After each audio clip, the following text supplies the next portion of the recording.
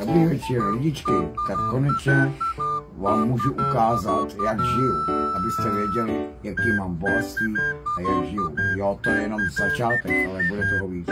Ale to jsou moje věci, vidíte. To jsem si všechno nasyslil. Něco je z Německa, půlka, něco z Čech. Jo. Potom tady mám, abyste věděli, tady mám hračky. Tady, vidíte, to jsou moje hračky. Mám i kola. Tady mám šlapadlo. No. To je dobrý šlapadlo. Tady mám ještě kufry. Ty kufry jsou plný hraček, jo. To je plný hraček, krásný hraček. Tady mám osvětívadlo. Tady mám, to je pec na chleba, na topinky, mlýnek, na kávu, 2 žehličky, no.